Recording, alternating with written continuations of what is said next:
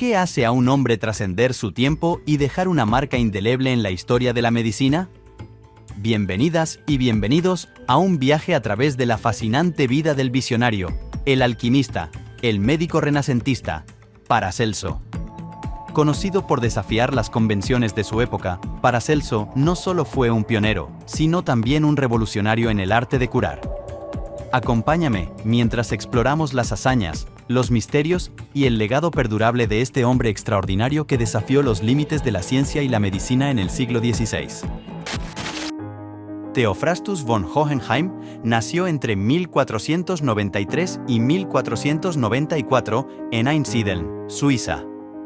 Pasó la mayor parte de la infancia con su padre, profesor de química en la Escuela de Minería de Villach, en el sur de Austria. Con él aprendió el arte de la medicina y la mineralogía. Con apenas 14 años, emprendió una vida de estudiante típica de la época, trasladándose de una universidad a otra en busca de los mejores profesores. Al parecer, estudió en Basilea, Tubinga, Viena, Wittenberg y Leipzig. Sin embargo, debió de sentirse pronto insatisfecho con la enseñanza escolástica que se impartía en esos centros, basada exclusivamente en los tratados de Aristóteles, Galeno y Avicena. Se cree que en 1516 se doctoró en medicina en la Universidad de Ferrara. Por entonces, debió de adoptar el sobrenombre de Paracelso, superior a Celso, quizá para mostrar que había superado al médico romano Celso y en general a la medicina clásica. Durante los años siguientes, Paracelso prosiguió sus viajes por tierras cada vez más lejanas. Se cree que estuvo en las Islas Británicas, en los Países Bajos e incluso en Rusia, donde habría sido apresado por los tártaros.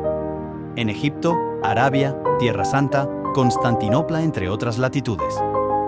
Volvió a Alemania en el momento en que estalló la rebelión de los campesinos alemanes en 1524.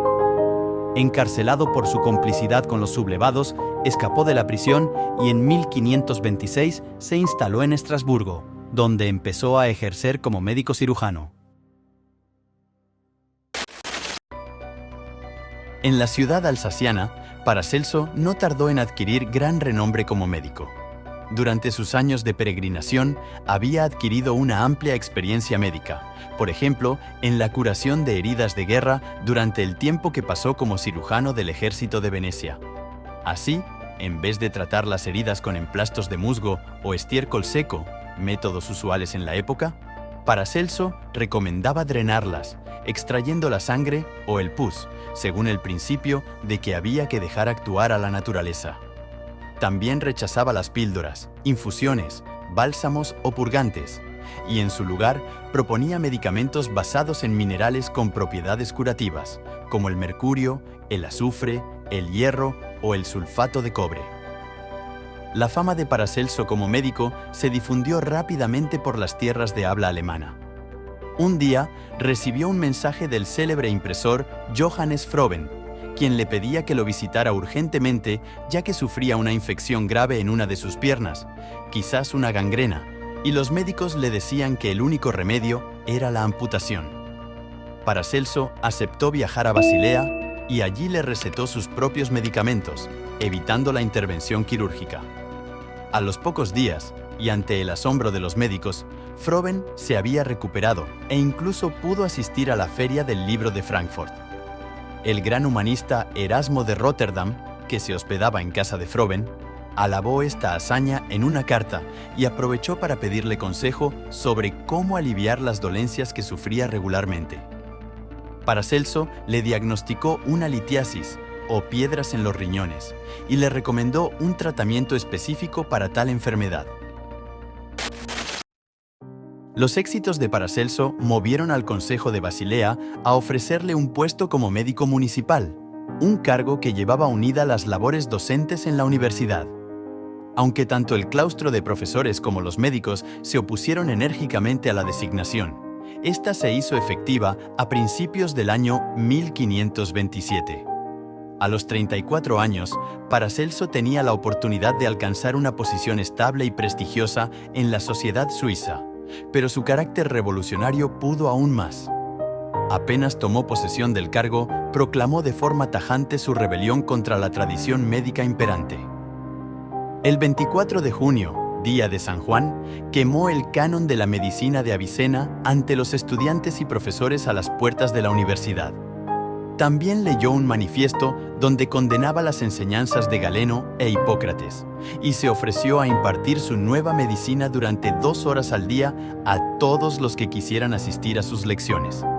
Además, estas se darían en alemán, no en latín, pues decía que la verdad solo se puede aprender en alemán.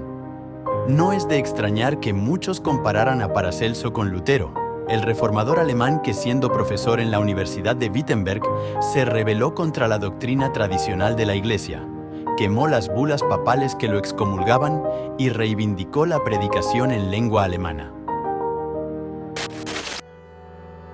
Los profesores reaccionaron expulsando a Paracelso de la Universidad de Basilea. Muy poco después, Froben murió repentinamente de una apoplejía, lo que reforzó las sospechas contra sus recetas milagrosas. En la ciudad empezaron a circular duras críticas contra él, como un soneto en el que se denunciaban sus prácticas como fanfarronadas y se instaba a que le regalaran una cuerda para que se colgara. La creciente tensión terminó en una acusación de desacato contra Paracelso, quien, para evitar la prisión, tuvo que huir de Basilea por la noche y a escondidas.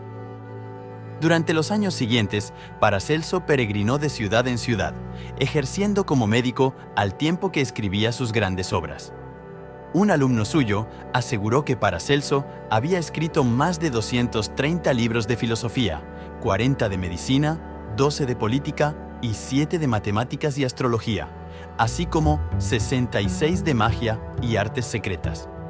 Su pensamiento tenía mucho en común con la alquimia, aunque él mismo no la practicó. Por ejemplo, en el Paragranum establecía que los 4 pilares de su nueva medicina eran la filosofía natural, la alquimia, la astrología y la virtud. En su opinión, todo cuerpo estaba hecho de 3 sustancias: azufre, mercurio y sal. Por ejemplo, si se quemaba un trozo de madera, la parte inflamable es el azufre, el humo es el mercurio y la ceniza es la sal.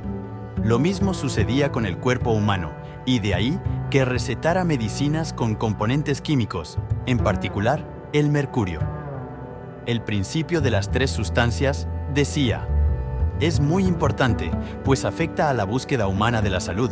Es su agua de vida, su piedra filosofal, su arcano, su bálsamo.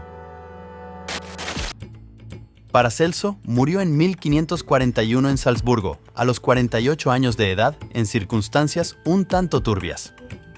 Corrió la historia de que, durante un banquete, unos esbirros de médicos rivales lo atacaron a traición y cayó golpeándose la cabeza contra una piedra, lo que le habría causado la muerte al cabo de algunos días. Tiempo después, un examen de su cráneo mostró la presencia de una fractura en el hueso temporal. Sin embargo, se cree que falleció a consecuencia de alguna enfermedad, ya que pocos días antes había legado sus escasos bienes a los pobres de la zona. Sus restos fueron enterrados en el cementerio de la iglesia de San Sebastián, en la misma ciudad. No olvides suscribirte, darle un like a este video y compartir, para ayudarme a seguir creando contenido histórico y entretenido.